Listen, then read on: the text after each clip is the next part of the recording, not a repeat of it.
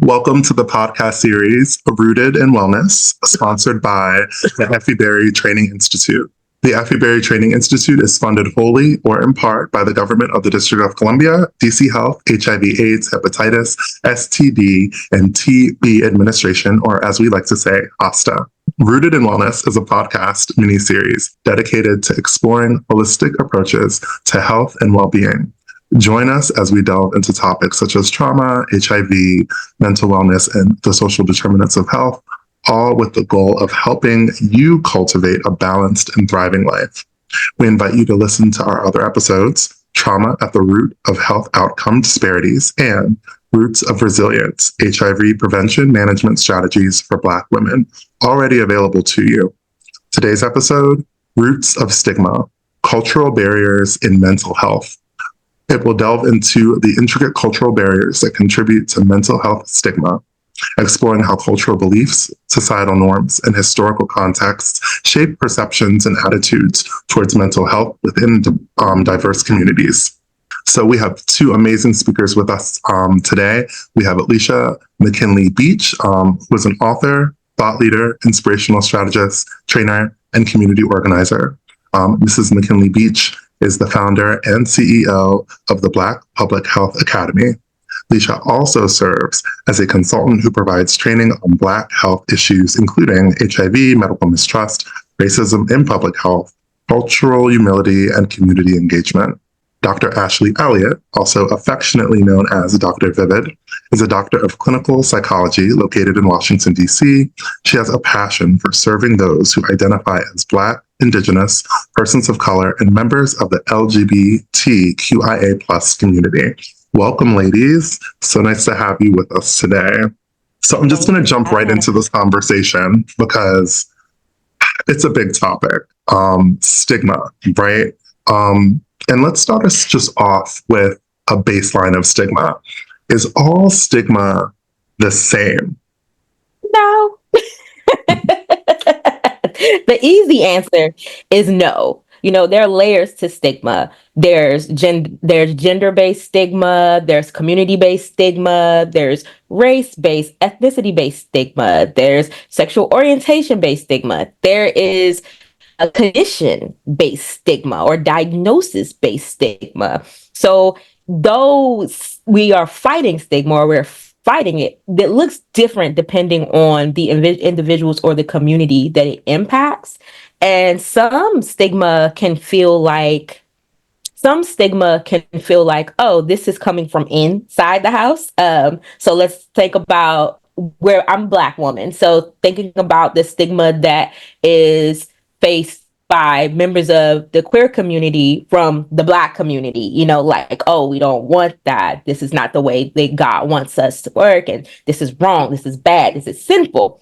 And then there's also stigma that comes from outside of the community. And that's systemic stigma. Like, okay, every Black person that lives in this area is impoverished and undereducated. So it really, there is not one way to look at stigma. There are many layers of stigma. So no, all stigma is not the same. Yeah, Dr. Elliott, I'm grateful I'm coming behind you because I was thinking the exact same thing. Just looking at the identities that I have as a woman of faith, as a woman from the South, as a Black woman, and all of those identities come with their own set of stigma. And it's really interesting when we go back to looking at how this country got introduced to HIV, right? So this MMWR, the Morbidity, Mortality Weekly Review, June 5th, 1981 to be exact, comes out and they're talking about this mysterious illness among 5 men in Los Angeles, all known to be active homosexuals. Mm-hmm. We fast forward, 43 years later, And we are still dealing with the stigma associated with this one article is focused on. Mm-hmm. So much so, you think about the very first name that we had for this disease being GRID, the gay-related immunodeficiency. So for everybody else, we're good. Yeah. Right? And so for me, when I think about, I want to use the example that you did, Dr. Elliott, but from a public health perspective, when we think about much of the stigma that we are fighting still within the HIV community, we have to own that so much of it started internally and then named it. And know other people who were impacted by it. Absolutely. So yeah, so not all stigma is the same. Absolutely. Yeah, I'm before we go on, I'm just thinking about that, thinking about like GRID, and it comes into, we're still fighting this. Think about right now how we are now calling mpox. Monkeypox created a very heavy stigma in the community, and the way it was framed, it was like, oh, only sex workers, only gay men. And other people were like, oh, okay, well, fine, I'm fine, and that stigma created by these public health systems actually feeds into public health crisis. Yes. Isolate a community based on negative connotations and poor nomenclature. So yeah. But it also said not learning, right? Leo is saying we are not learning from the mistakes that we have made in public health because we keep repeating the same cycle. I mean, that's an excellent example with mpox. No, thank you for both of that. Those we're getting to the nitty gritty of it. And now pushing forward, I wanted to jump into the cultural barriers as far as mental health goes, because stigma and mental health are so intertwined and rooted, with each other. So my next question, and then I'll let y'all just have the floor. What impact does mental health have on decision-making for sexual health? Woo! Okay. So these are questions, layered questions. We love them. Yes. There's so many factors here. So, I'm a clinician and I deal with I actually deal with a variety of age groups. But when we talk about mental health, let's say if someone's not in their greatest state, let's say somebody who is recovering from trauma. So their sexual health the way they approach their sexual health may be around fear-based or prevention-based measures because of the trauma that they have endured. If you have someone that is struggling with self-esteem or depression or being a situation where they may feel oppressive, their sexual decisions may be based or connected to people who make them feel well, but may not be the safest people for them. You have somebody who has anxiety, high levels of anxiety. When we talk about sexual decisions, they may refrain from certain types of behavior, but behaviors may be the things that make them feel good. But they have these negative thoughts tied to what sexuality is. And then you have people in various levels of mental health. If you have a diagnosis or a condition, there's heightened aggression, one that very aggressive or high sexual play. And then when we have some people who are manic or manic episodes, you may be a little bit more promiscuous or you're ready to experiment with more sexual partners, but in mania, we don't always make the best decisions for ourselves. So you may make more risky decisions like not using contraception, not asking questions. One of those clinicians that tells my clients, I'm like, listen, if you want to do something, your sexuality, your sexual freedom, go for it. I'm sure that people are on the same page as you. And depending where you are in that state of mind and emotional state, you may not have the clarity to ask type questions, or you may put yourself in a situation where you don't have time for those type of questions. And it's not necessarily something you brought upon yourself. It's because your judgment may be off, or because you feel like it kind of have a motor running in you. Like, I got to do this in order to be loved, in order to be received, in order to be fulfilled. And, or for some, I got to do this in order to live. Because let's be real. That's that's a reality to some folks out here.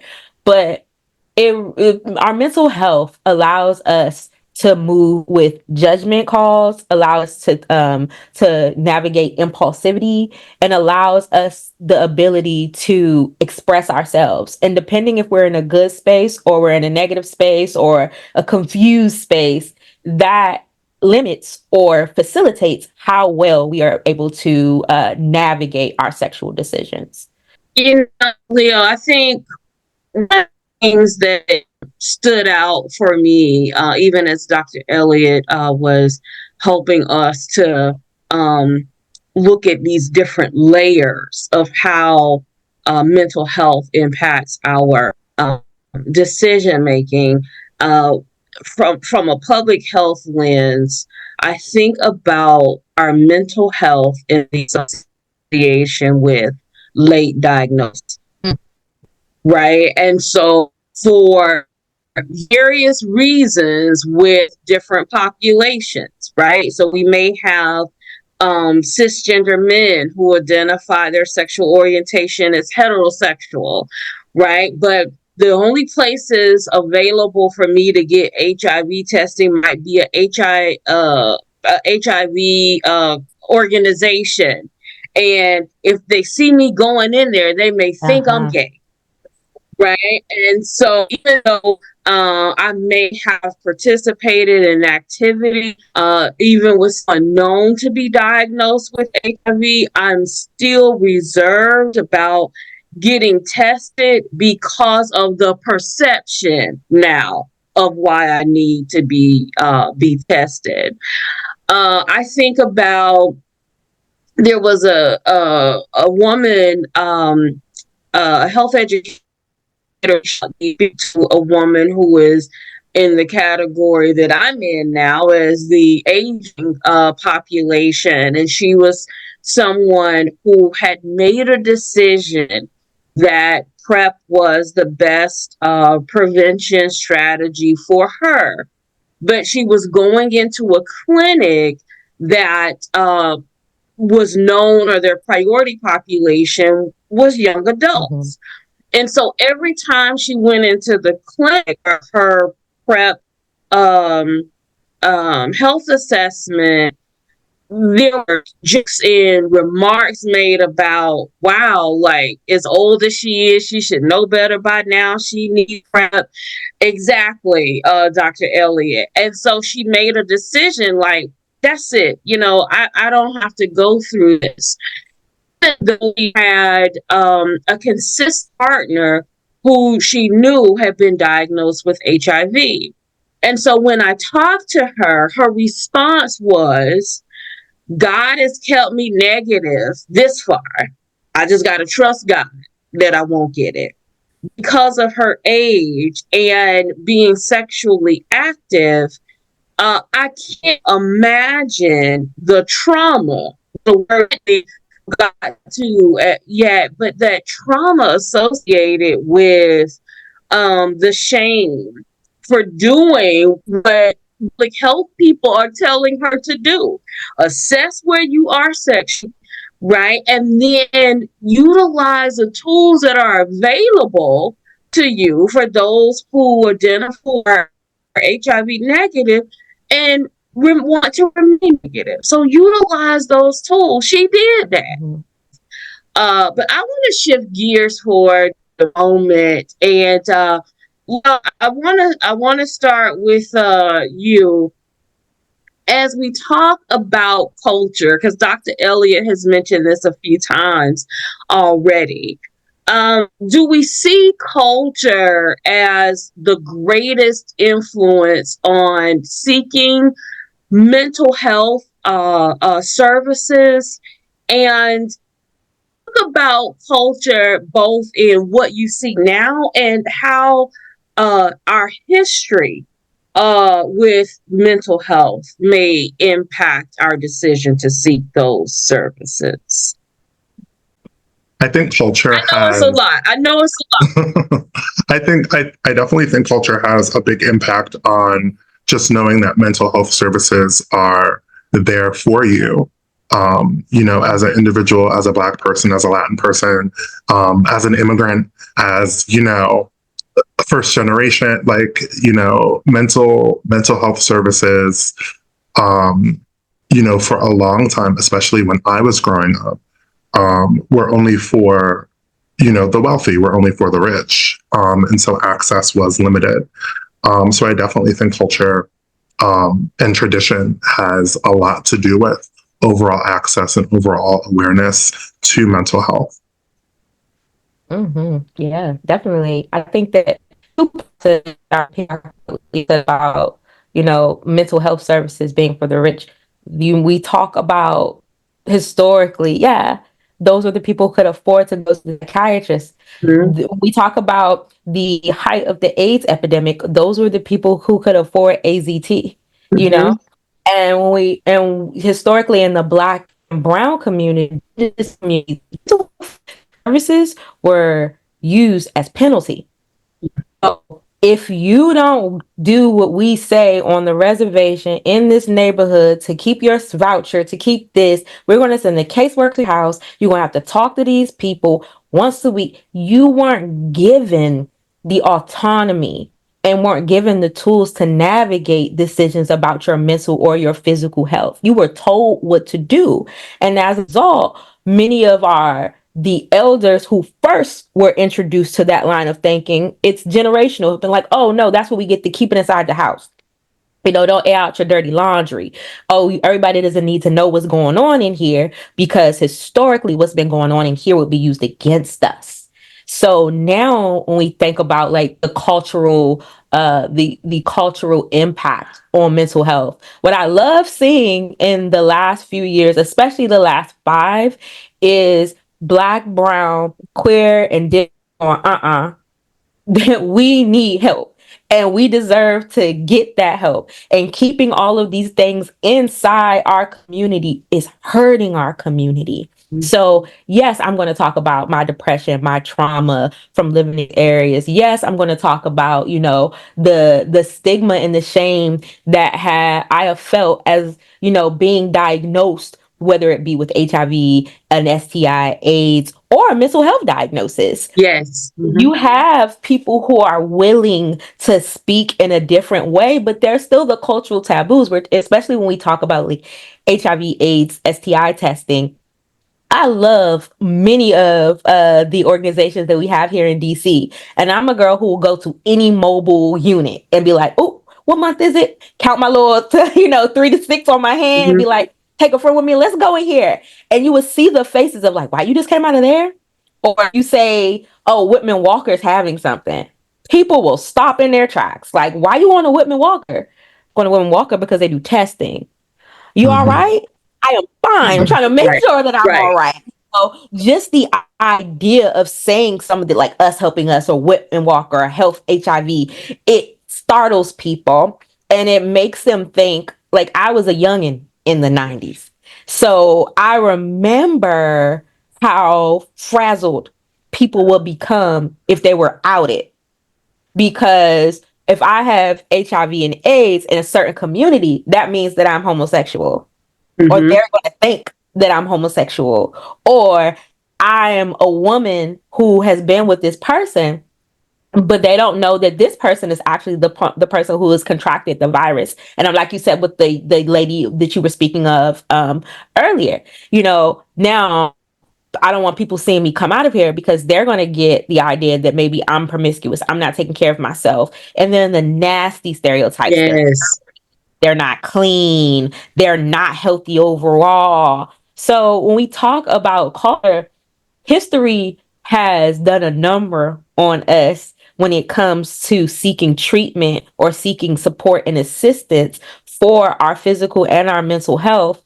And now, as we are really fighting aloud and being loud and proud about our mental health, our physical health, and the barriers, I'm finding that more people are willing to take the risk of, oh, I'm gonna go link up with this service, or I'm gonna talk about this, or I'm gonna go speak to a therapist. But let's be clear, there's still a great part of our population that holds near and dear to the shame and the intergenerational trauma associated with treatment of mental health and physical symptoms.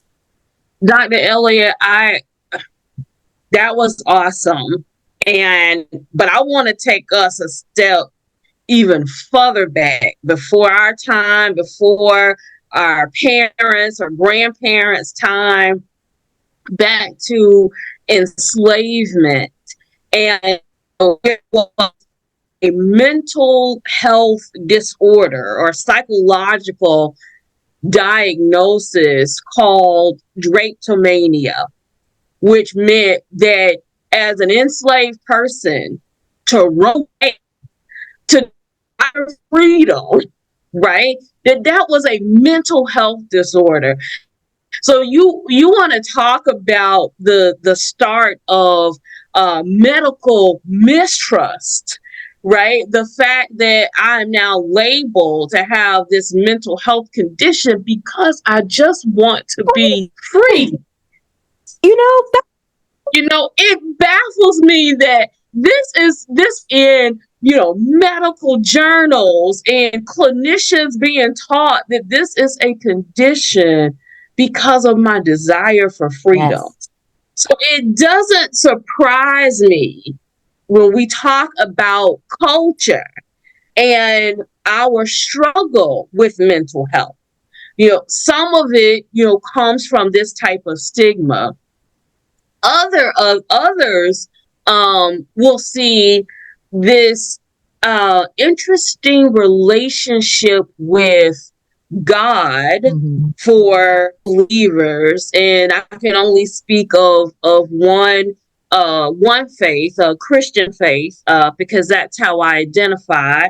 And what does that mean when you, as a believer, are taught, take it to God and leave it, because that's the answer for every trauma, every issue happening in your life? And you say, I believe that, and I believe that, and I need mental support. I believe that I need to a trained clinician.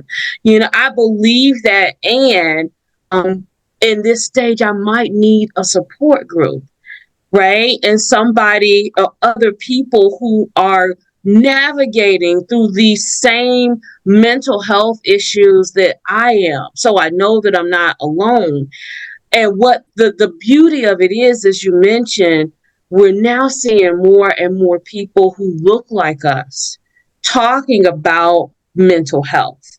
I love that phrase. I think I heard it the first time during the COVID pandemic, which was check on your strong friends, right? The person that you always lean on might need someone to lean on themselves. And part of that leaning might be even recommending, encouraging, and supporting them in seeking mental health counseling and support. So I believe that we have come a long way. I believe that even within faith communities, I have seen more clergy and leaders talk about the use of mental health services and how that's a part of our overall holistic health. But there's still so much more, right, that needs to be done, and so many more who need to be talking and uplifting about our mental health. Absolutely.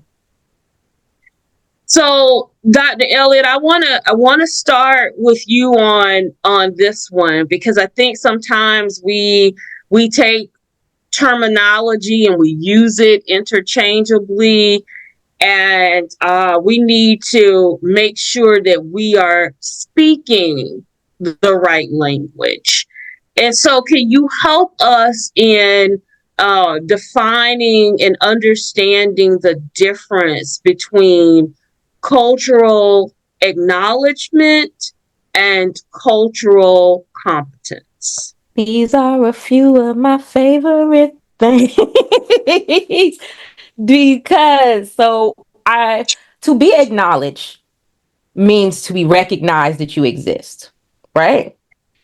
To be competent means that you not only recognize that something exists, that you've taken the time to educate yourself on how the existence of this thing, this person, these people, this community have faced barriers, have faced hardship, how the community, this person, this thing came to be, the ups, the downs, the pros and the cons of systems that have impacted them. So when someone says, I'm culturally competent, when it comes to, let's just talk about indigenous families and folks, because that's a group that I love working with as well. So, oh, I understand. I know, like, I would never call someone an Indian. I would call them a Native American. That's great. How many tribes are located in Washington, D.C.? And how many of those tribes are Afro-Indigenous tribes? You have no idea, or lumping indigenous to mean one thing. Some people, because of media and historical inaccuracy, will believe that indigenous is they have a teepee or a tent, a horse, they got spears, they have headdresses. And that's one tribe's there's one tribe's way of life. It's not even clearly represented in history, and that's purposeful. Let it be clear. And when we talk about competency, is you never stop on the road to being competent. When you acknowledge something, you acknowledge that it exists. Like I said, what are you doing with it though? When you are competent and you strive to be competent, I know some of my peers don't exactly love the terminology cultural competence because they feel like it's all encompassing. But when you strive to be culturally competent, that means you're always looking for patterns of growth, patterns of hardship. You're looking for, and not even the negative things about the culture. What makes this culture its own? What makes it great? What makes people who are aligned or connect with this or a part of this culture them? There's a difference between someone who is indigenous, who was born in North America and who was born in South America. There's a difference between those who see themselves as natives, and there's a difference between some people who see themselves as Afro natives. There's a difference in gender structure, all of these things. And when we talk about being culturally competent, it's not just to say I know it. Right. It's to be able to interact with the community. And the other part of that, I think, was it Socrates? I was obsessed with like philosophers when I was younger. So Socrates and Marcus Aurelius were like my friends. The idea of knowing what I don't know and saying that aloud. That is the guy being culturally competent. I don't know. I have no idea. I've never dealt, for a clinician to say, I've never dealt with an Asian American first generation client. For someone to say, I've never dealt with an inner city youth from DC. For someone to say, I never dealt with a family that has an intergenerational household and they're from the Caribbean, or West Indian, all of these things, saying what you don't know so you can pursue that knowledge in order to not harm, because a lack of competence, cultural incompetence, it is what has really helped us hurt us from a public health standpoint. Like, a lot of people don't know. So I also have a lot of background in psychological assessment. And many people don't know that a lot of the assessments were never normed on persons of color. They were only normed on like white men and white women for hundreds years. And if even we want to talk about like HIV and AIDS, we talk about people who were included in samples. I believe, and I know you will correct me if I am wrong, it wasn't until about like 1993 or 95 that they started including women in some of the studies for HIV and AIDS. So that is cultural competence, gender. It's talking about gender, we're talking sexuality, we talk about sexual representation, we're talking about ethnic, we're also talking about the intersectionality of There it. it is. To acknowledge is just to say, okay, it's there. But to be competent is to take the view of it's there and how I myself navigate these communities and these differences and these intersectionalities in the best way to serve this community. Dr. Elliott, that was good. That was good. And Leo, I saw you giving her the amen with the intersect, right? Mm-hmm. And so share with us, like, even from where you are and the work that you do around training and helping to build that capacity, right, for those who are serving the HIV community. What do you see in those terms of cultural acknowledgement and cultural competence? I think the main thing that I see is that each and every nuanced community learns differently. Each and every nuanced community needs something different to get across the severity of HIV, the severity of STIs, the severity of women's health, Black women's health. And it is not a one-stop shop in educating communities about these things. That's what I see. And I think people still aren't getting it. Emergency rooms aren't getting it. Public servants like police officers aren't getting it. Our politicians aren't getting it. It's not going to be a one-stop shop to solving a lot of the health disparities that are affecting these various communities. And we need people from the communities to be championed and given the tools to go into the communities and teach these things. We need people that look like the communities that they're going into and speak the language or the Creole or the lingo or the patois to go into these communities and teach it from a cultural standpoint. Otherwise, the information's not going to stick, and that is what is really important, and that's what continues to be missed.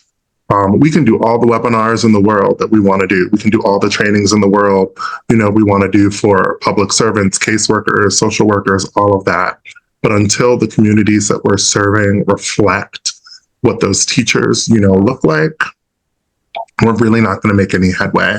We may be able to educate a small few, but until people see themselves in the educators that are coming into the community, until people see themselves in the community health workers that are coming into the community, until people see themselves in people with lived experience, yes. First generation, bilingual, disparaged cultures coming from islands and countries where they were fighting for their lives to hear, we really need to have representatives in the communities teaching these things for their communities, or else none of this is going to get across. We can talk about intersections all day, but those intersections need to mirror, right? They need to mirror what the communities look like. Absolutely. Absolutely. I think that's a problem. Sometimes we put experts in a field to teach a community. Yes. And no matter your level of expertise, if I don't see myself in you, that's right, and you don't see yourself in me, there's a disconnect. I will never forget the first time a client, like, I go through my spiel in the intake session and they were like, oh, somebody referred me to you and I'm so glad that you're Black, but, and I was like, but what else? They were like, well, I was like, baby, I'm queer. I'm Black. I also have my own diagnoses. And that person just started to cry because they felt seen and they felt safe. And people really don't understand the impact of safety when we talk about our communities. For someone to say, not just like, I'm safe, you're not going to report me, you're not going to talk in a denigrating way to me, but I don't have to explain myself to you. I have to give you this big historical lesson on who I am and the community that I come from, because we come from the same spaces.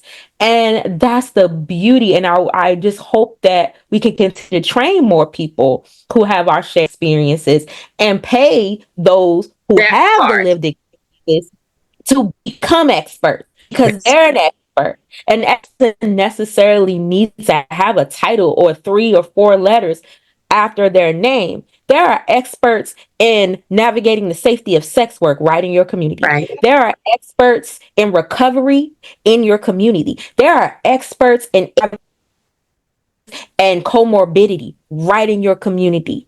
So we need to work on embracing those from our community and levying them and putting them in the same platforms and paying them for their story, their the community. And they go, oh, did you see TT there?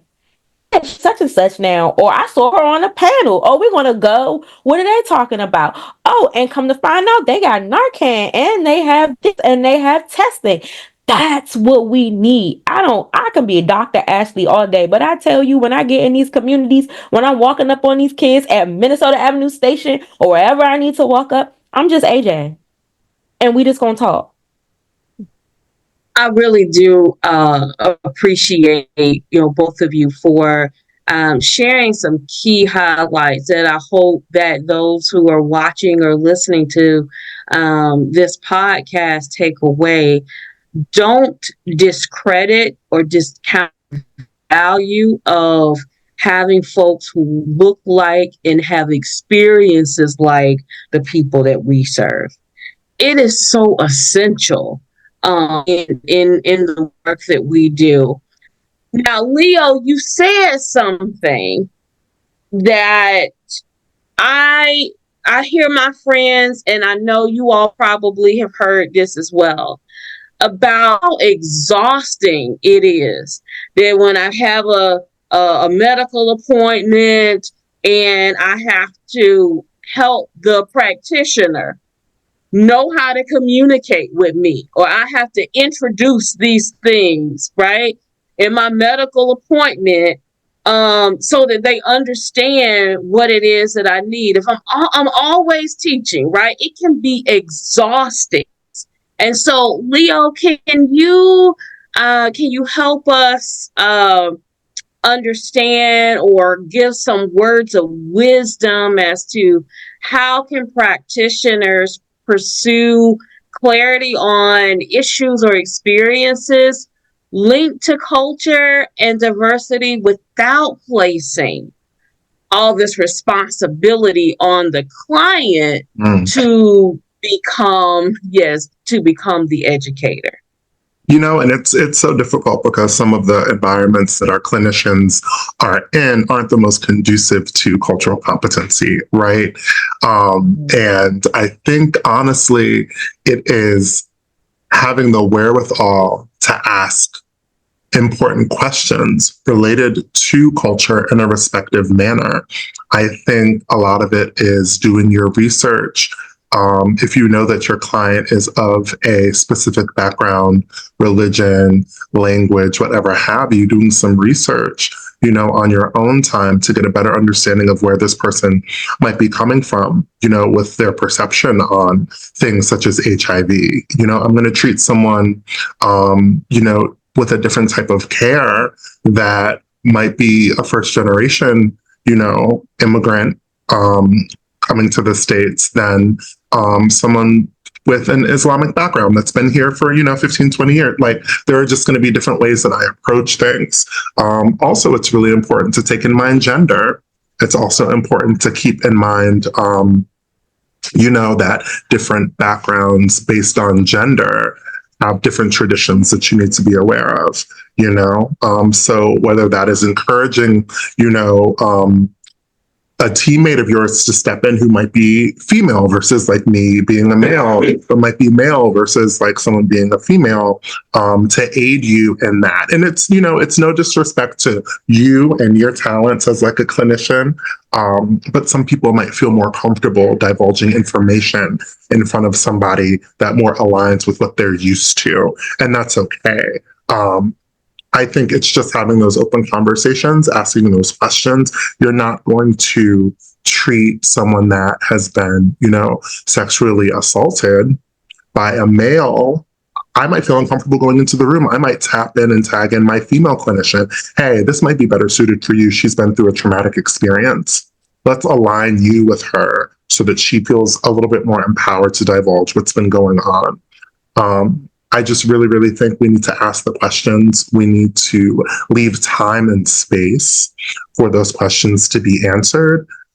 We can't be rushing through clients. We can't be, you know, just looking at people as numbers. We need to look at them as a name, as a culture, as a religion, as a diverse and nuanced background. That is really how we treat people where they are. And without you saying it, clearly you just gave a description of what a client-centered approach should look and feel like. Absolutely. How's Dr. Elliott? Yeah. So I love that. The client-centered approach is everything. And I always, even though I have my life and my identities and my intersectionality mirror some of my clients, we still have unique differences. So it's really important to not go in like I know everything. Right. So I've had clients come to me to discuss disorders that they have that were more of a physiological nature. And I'm like, could you spell that for me?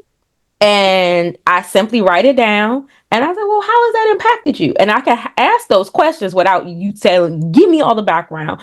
And I've had a client go, what did you write it out for? I said, well, when we leave this session, I want to take time to do my own research based know about you so I can make sure that I'm not, you know, missing anything in terms of how this may impact your mental health. Or if you're just not having a great day, I can understand why.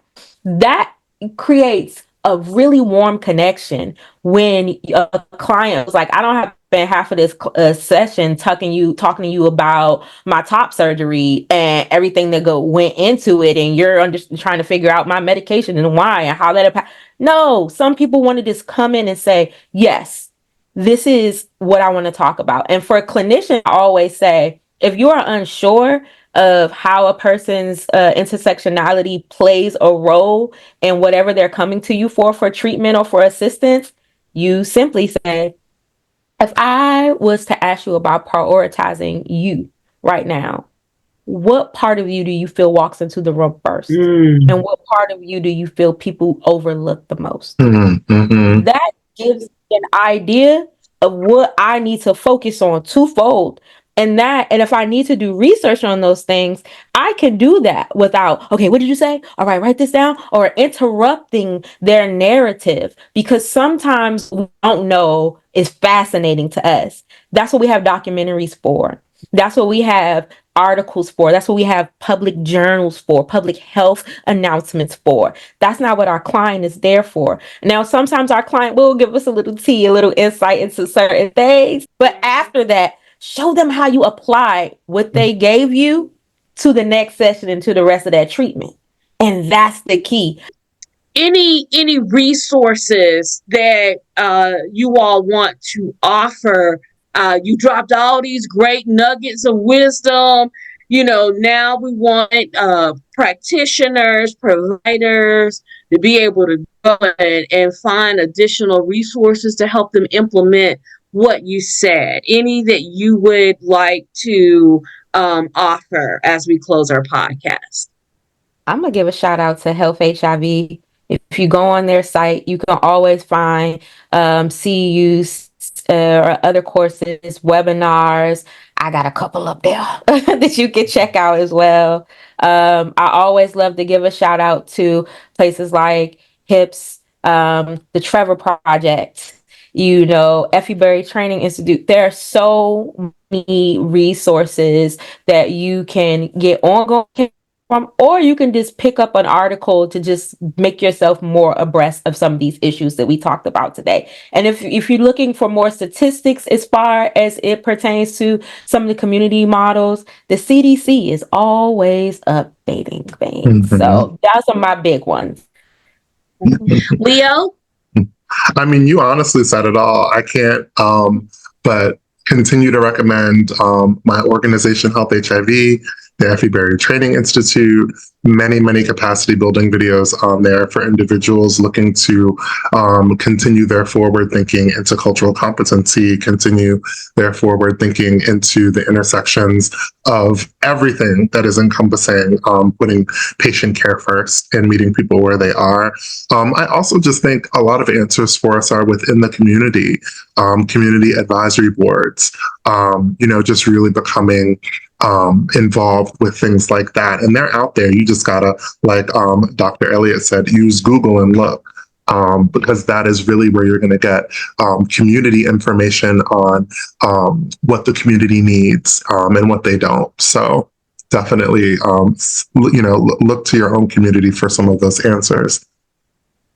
Well, both of you have provided some really great and informative resources. I just want to add one more at aidsvu.org. That's AIDSVU, where you can find services and service providers in your area that specialize in stigma reduction and harm reduction and trauma-informed care. And so all you have to do is put in your zip code, and then it will show you those resources that are within your own local area.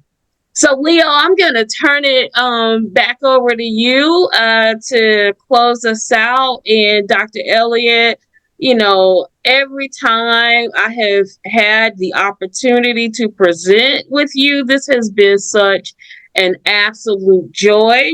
So I hope y'all heard that little tidbit that she has some trainings at Health HIV. I'm going to look them up myself. I'm really excited. If she's like this with the podcast, I can only imagine what her trainings will be like. So thank you for that. And turn it over to you, Leo. Well, thank you both for taking the time out to have these dialogues with us. And thank you to whoever is listening to this. I hope that we were able to elevate your perception on mental health, on stigma, on putting patients first. And we appreciate you. Please look out and listen for our other episodes. All are available, and we will see you next time. So thank you, Dr. Elliott, again. And thank you, Ms. Leisha, for your time and your talents. We appreciate you. Have a good one.